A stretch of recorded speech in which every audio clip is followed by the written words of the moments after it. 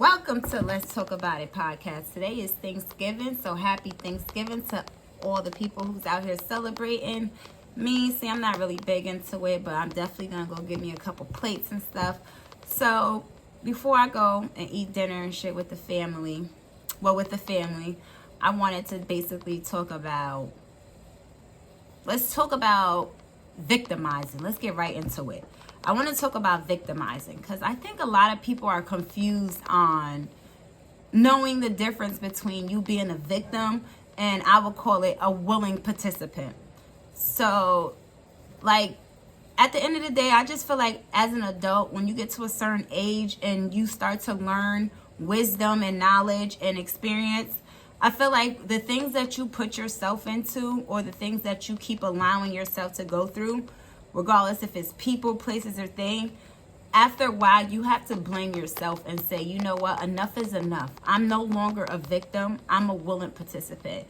And, at the end of the day, we all have fell victim to this. You know what I mean? From us dealing with, friends or families that, sometimes these people are not the best for us and our interests, meaning like it's no growth.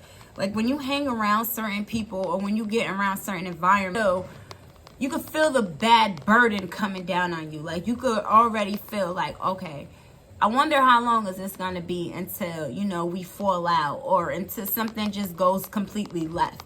But then it's like, are you surprised that it went like that? Like, was you really expecting something different? But I feel like when you continuously put yourself in certain situations, you are no longer a victim. I don't know. Maybe it's just me and how I feel.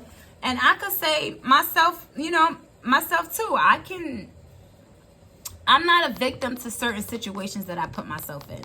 Like if I know that this person, every time me and this person talks with each other, it's always, what can I do for them? They never do for me. And I decide to bring them back in my life and it's just the same outcome of, you're constantly doing for them and it's nothing back in return. So, I say that because I talk to a lot of my peers, family and friends and stuff like that, and myself as well. And it'd be like, the biggest one is relationships, of course. We all know how relationships go. We all say that we're done with this individual and then somehow we find ourselves back in the same situation. And then after a while, I would tell my friends and peers, the ones I talk to, I tell people all the time, like, listen, after a while of him doing the same thing or her doing the same thing, what did you really expect was going to be different? So now you're no longer a victim. Like, you should have known that this was going to happen. So now you just have to come to terms to be like, you know what? I'm either going to accept the person for what it is or I'm going to keep it the fuck moving because I'm not with it. But as far as calling everybody and making it seem like, oh my God, this is what's going on, like just playing a victim. You're not a victim. I'm sorry. You know what I mean? Like the first time, second time, I would give you 3 times to be like, you know what? Maybe you was a victim. But after the 4th time, I don't know. Like you got to move around. So then the question comes about like people, places, and things. Do you have to change that in order to see change or growth? Like, do you have to change your environment? Do you have to change the people you're around? Do you have to change the things that you're doing? And to me, I feel like, of course, in order to grow, I'm not saying everybody around you have to go, but in order to grow, you do have to notice that a lot of stuff around you no longer will serve you when you move up to the next level in life. You get what I'm saying? So it's like you have certain people who are in abusive relationships. I never been in an abusive relationship. And, a lot of people would just say, just leave, But we all know it's really not that simple for that person to just leave. It's a lot of possibilities in their head that they think that, is going to be different. Maybe they're going to change.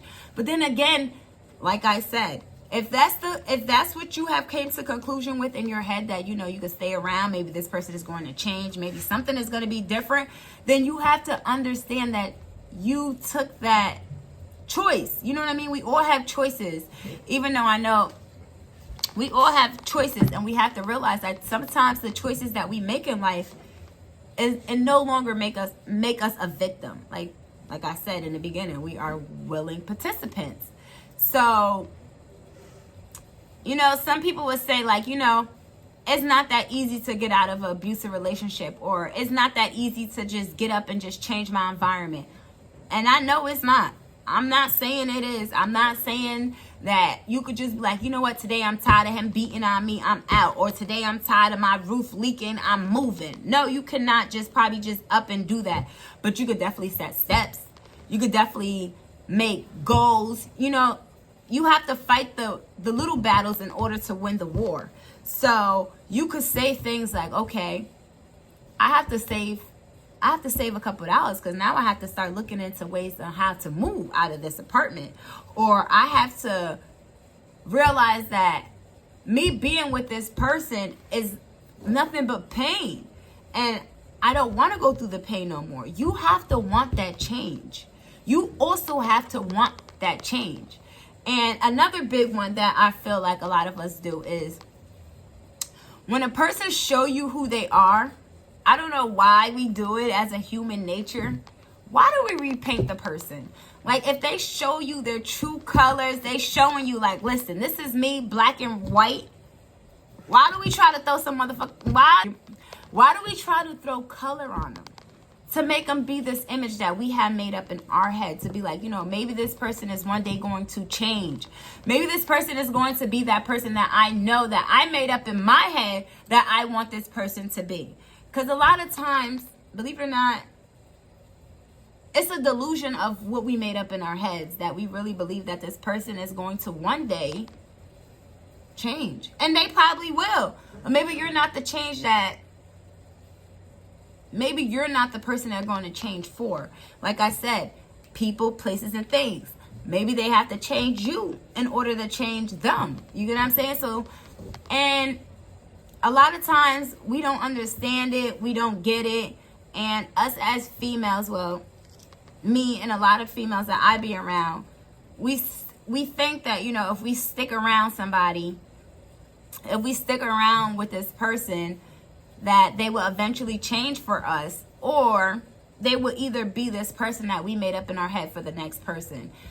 And at this point, me being 32, fuck it. At this point, if that's what you decided to do, is to go and be with somebody else, or to be a better person for somebody else, maybe that's what it is. You know what I mean? So maybe I just have to be a better person for myself. You get what I'm saying? And that's where I think a lot of times we never go back to look at. It's like, yeah, how can I make this person happy? Or how can I make this person happy? How could you make yourself happy?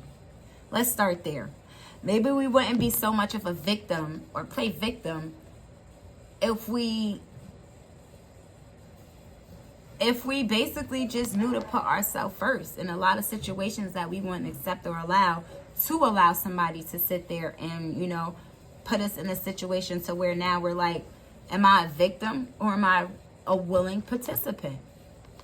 And I just feel like when you become to a certain age, you just have to take accountability. You have to take full accountability. If you let that man back in your house and you know he cheats and you know that he's abusive, or you know whatever situation that it was that you put him out in the first place and he came back and you decided to let him back in, you kind of deal with the you deal with the consequences of what comes with you letting the person back in.